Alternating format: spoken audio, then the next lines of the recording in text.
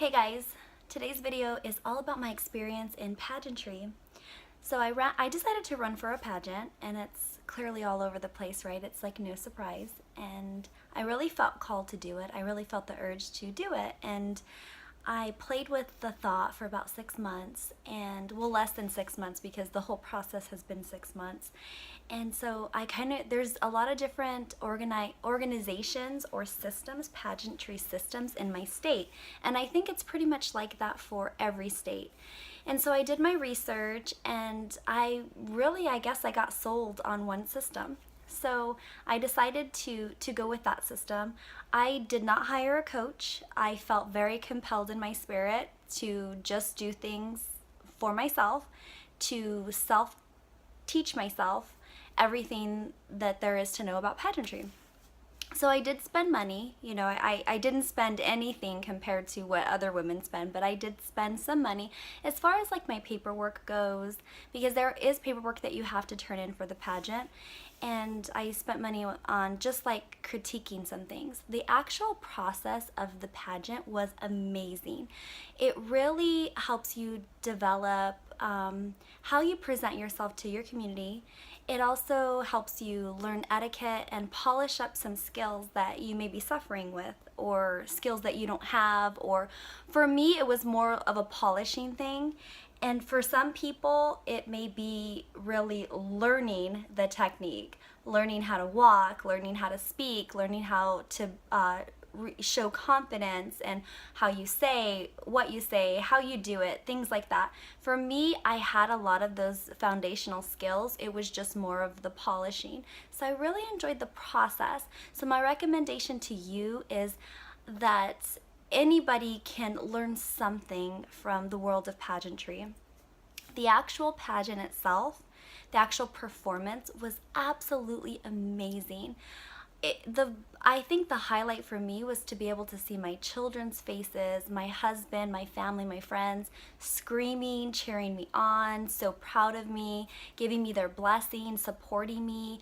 I had just an outpour of people sponsor me and vote for me, and I don't personally know who you guys are, but thank you so much for believing in me to win in pageant. And so the downfall to all of this is I learned what is called pageant politics. I didn't know, after talking to formal title holders, current title holders, like all over the nation, nobody ever brought up pageant politics. And it is very alive. And it doesn't matter how good you are, how you performed and you knocked out everything and you were the best of the best, and even people seen it, and it doesn't matter how much money you spend, if your dress is the best. I mean, the list can go on and on and on. At the end of the day, business is business, and it's nothing personal. So pageant politics is really an orchestrated or organized form of pageantry. It's illegal.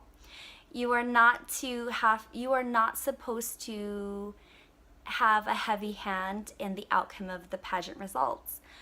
But from what I'm learning is pageants can sometimes be determined before the actual performance itself. And that makes it pretty difficult, because if you're, especially somebody who's spent thousands of dollars on pageantry coaching, like, that is not fair. So my best advice to you is, if you're considering pageantry, to really talk to people who've actually ran in the system that you're desiring to go into. Read their energy. If they tell you, because no one wants to talk bad about pageants, especially pageants if they are trying to make it a career, or if they're really trying to win. For me personally, it was on my bucket list. Like, I wanted to be able to experience what it's like to be a pageant girl. And as a pageant sister, I've accomplished that. So I didn't win the crown, but do I think I deserved it? Yes. I didn't spend that much money doing it, but just because of my presence, because of my performance, and because of my beauty, hands down, like no one could hold a candlelight to me. It was that good. But at the end of the day, it's not my pageant. So even though I didn't walk away with the crown, it doesn't matter because I experienced something that most people could never experience, don't want to experience, or choose not to, or feel like that they can't do it. Whatever it was, it doesn't matter. I got the experience. So the positives are meeting amazing women, forming amazing friendships, lifelong friendships, and actually helping you to get out more into your community. So for me, it was a great experience, and it's just, I learned an expensive lesson, and that's why I'm doing this video. Because I don't know about like teens or Miss or junior. I don't know anything about those pageant systems. I'm only speaking on my pageant system, which is the Misses. It's the married women. And so I've never did a pageant in my life. So the fact that I'm in my mid to late 30s and doing pageantry for the very first time, I'm just sharing my experience with you as far as that. So don't be discouraged if you don't win the crown, because you have to understand that it's not you that was the issue. I mean, sometimes it is. Sometimes you do watch pageants and you're just like, oh, okay, well, you can totally see that person dominated the performance, like that person won. But it's for self-growth. It's to grow, for you to be better, to become better, to be more confident, things like that. So if you're considering pageantry, do your homework. Please do your homework with every single pageant system that you can possibly get your hands on in your state. Also look at the rules. There are things that are called at-large, where they don't have anybody to fill the place for their queen. They have things that there's just online pageants, there's just written essay pageants, there's performing pageants, and then there's the mainstream pageants, which those are the more common ones that we hear about, like America, United States, international, things like that. So always do your homework though, and don't let anybody sell you the dream. If someone's coming to you asking for you to be in their pageant, that should be a red flag.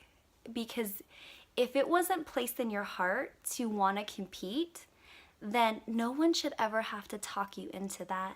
And that's a huge red flag.